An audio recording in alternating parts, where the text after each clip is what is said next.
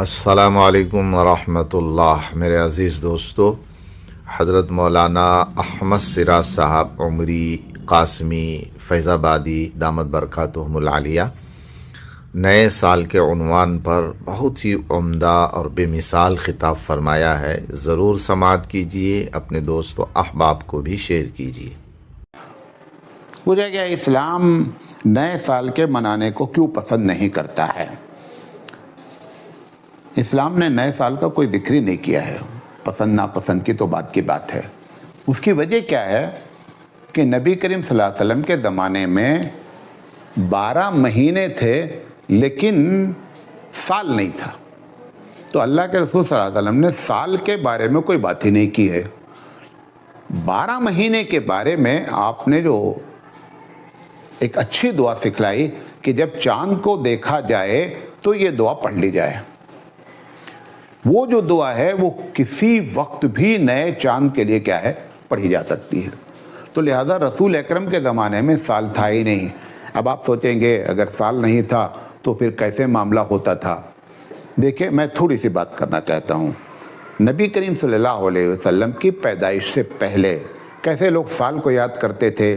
سال کو یاد کرتے تھے کہ عام الفیل سے پہلے 10 سال 20 سال 50 سال وہ جو ابرہہ نے حملہ کیا تھا تو وہ ایک واقعے کو لوگوں نے گویا کہ مان لیا اور اس کے تاریخ وہاں سے شروع کرتے تھے، دن کی نہیں، مہینے کی نہیں، سال کی، کہ عام الفیل سے 10 سال پہلے۔ ہم لوگوں کے گاؤں میں اب تو خیر کم ہو گیا ہے، 1955 میں بہت خطرناک قسم کی باڑھ آئی۔ تو ہمارے نانا وانا جب کوئی بات کرتے تھے تو وہ یہ نہیں بتاتے تھے کہ یہ 1980 کا واقعہ ہے، وہ کہتے تھے وہ باڑھ سے 5 سال پہلے یہ واقعہ پیش آیا ہے، باڑھ کے وہ 10 سال پہلے، اور وہ 1955 ہوتا تھا۔ تو واقعے کی بنیاد پر سن یاد کیا جاتا تھا۔ نبی کریم صلی اللہ علیہ وسلم کے زمانے میں یہ ایک سسٹم تھا۔ دوسرا، جب اللہ کے رسول صلی اللہ علیہ وسلم نبوت مل گئی، پیدائش نہیں، غور سے سنیے گا، نبوت جب ملی تو مسلمانوں نے، کفار نے نہیں شروع کیا، مسلمانوں نے یہ کہنا شروع کر دیا کہ نبوت سے 5 سال پہلے، نبوت سے 1 سال پہلے، نبوت کے 2 سال کے بعد، یہ دوسرا سسٹم ہوا نبی کے زمانے میں جس میں سال کو یاد کیا گیا، اور یہی پوری زندگی چلتا رہا نبی کے زمانے میں۔ حضرت عمر رضی اللہ تعالیٰ عنہ کے زمانے میں ایک واقعہ پیش آ گیا۔ واقعہ یہ پیش آیا کہ حضرت عمر رضی اللہ تعالیٰ عنہ کے ٹیبل پر ایک پیسے کا بل رکھا گیا۔ تو حضرت عمر رضی اللہ تعالیٰ عنہ نے جب اس کو دیکھا تو انہوں نے کہا کہ مجھے لگتا ہے کہ یہ بل تو میں پچھلی مرتبہ پے کر چکا ہوں، یہ دوبارہ پھر آ رہا ہے۔ اب اس میں تاریخ تو لکھی تھی، سن لکھا ہی نہیں تھا۔ اب حضرت عمر رضی اللہ تعالیٰ عنہ کے کان کھڑے ہوئے کہ یہ تو بڑا مسئلہ کسی وقت ہو سکتا ہے، بھئی حکومت کا کروڑوں کا بل ہو سکتا ہے۔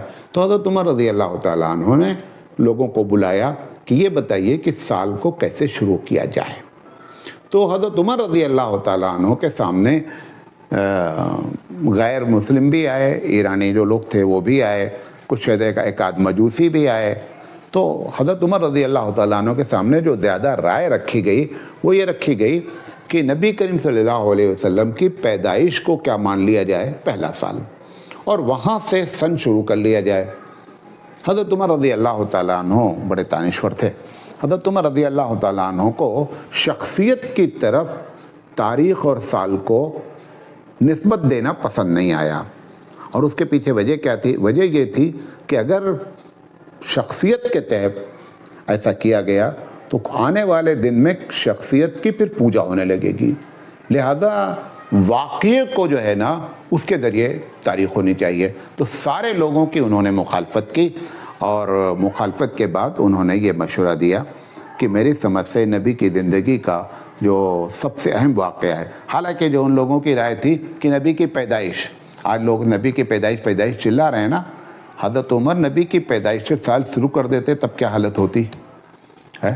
بغیر شروع کیے تو تھرماکول گنبد خضرا کا بنا کر کے لوگ پوجا شروع کر دیے ہیں، اور اگر کہیں نبی کی پیدائش کا کر دیا گیا ہوتا تو کیا ہوتا؟ تو حضرت عمر رضی اللہ تعالیٰ عنہ نے کہا کہ اسلام کا جو یو ٹرن ہے وہ ہے ہجرت، لہذا ہجرت کو مانا جائے۔ अच्छा, फिर मज़े की बात, इसको भी बहुत कम लोग बताते हैं, मुहर्रम को पहला महीना माना गया, हालांकि नबी करीम सल्लल्लाहु अलैहि वसल्लम की हिजरत मुहर्रम में नहीं हुई है। हिजरत जो हुई है वो रबीउल अव्वल में हुई है। अब अगर रबीउल अव्वल को पहला महीना मान लिया जाता तो फिर प्रॉब्लम वही आ जाती कि उसी महीने में क्या हुई थी, पैदाइश हुई थी, तो फिर लोग उसका चक्कर चलाते। लिहाजा हज़रत उमर रज़ी अल्लाह तआला अन्हु ने कहा, जो बड़ी अच्छी बात कही, कि महीने तो वो रख लिए जाएंगे जो नबी के ज़माने में है। नबी के ज़माने में भी मुहर्रम का महीना पहला माना जाता था, तो मुहर्रम को पहला महीना मान लेते हैं और हिजरत को पहला साल मान लेते हैं। तो दोनों मसले को उन्होंने नया कर दिया।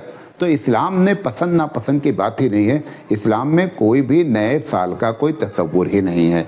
अब ये जो आज 2-1 दिन से सोशल मीडिया पे दुआ आ रही है नए साल की, सब झूठ बोल रहे हैं।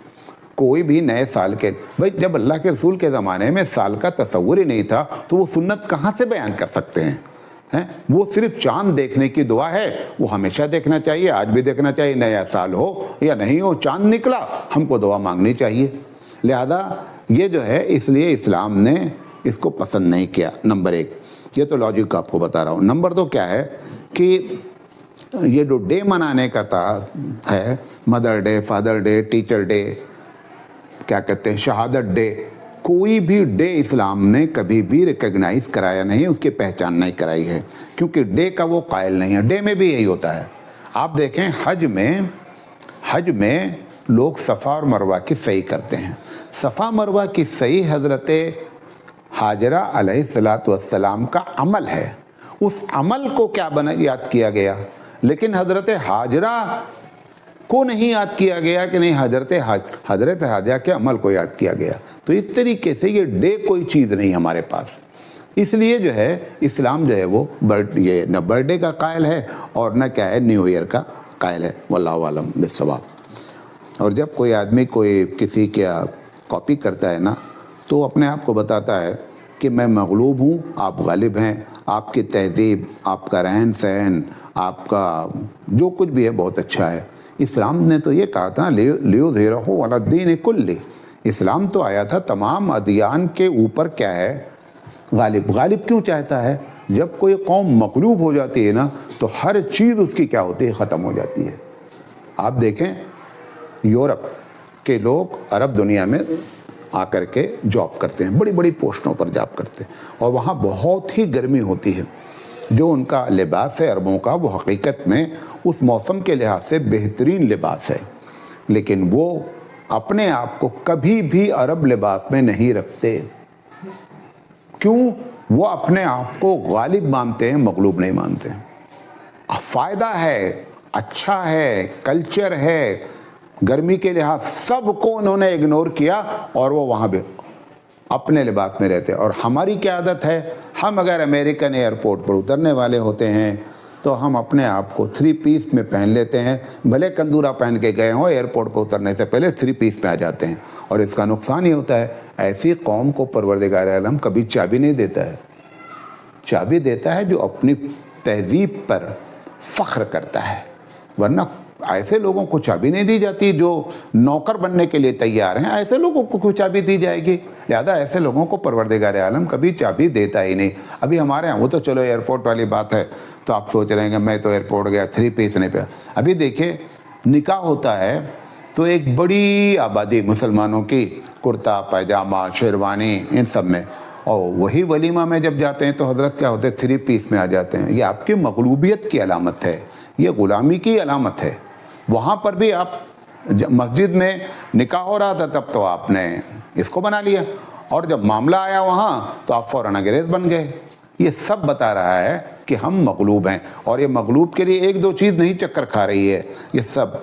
अभी आज मुझे हैरत हुई कि चलो बहुत से हमारे जो है वो जान पहचान के लोग क्रिश्चियन भी हैं, हिंदू भी हैं, उन्होंने भेज दिया, और हिंदू जो कर रहा है वो भी मगलूब है। हिंदू का इस न्यू ईयर की हैप्पी न्यू ईयर से क्या ताल्लुक़ है? भाई भारत का जो है संवत करके अलग से उनका साल है, वो लोगों को मालूम भी नहीं है। तो आप भी मगलूब हैं, हम भी मगलूब हैं, क्योंकि अंग्रेज़ जो हुकूमत करके गए अभी तक छूट नहीं पाए हम लोग। اب بعض لوگوں نے ہم کو جو آج حیرت ہوئی کہ مسلمان نے ہم کو اور ہم بھیج بھی کس کو رہے ہیں؟ مولانا سراج صاحب کو بھیج رہے ہیں ہیپی نیو ایئر. یہ مجھے زیادہ افسوس لگا. بہرحال لمبا سوال ہو گیا.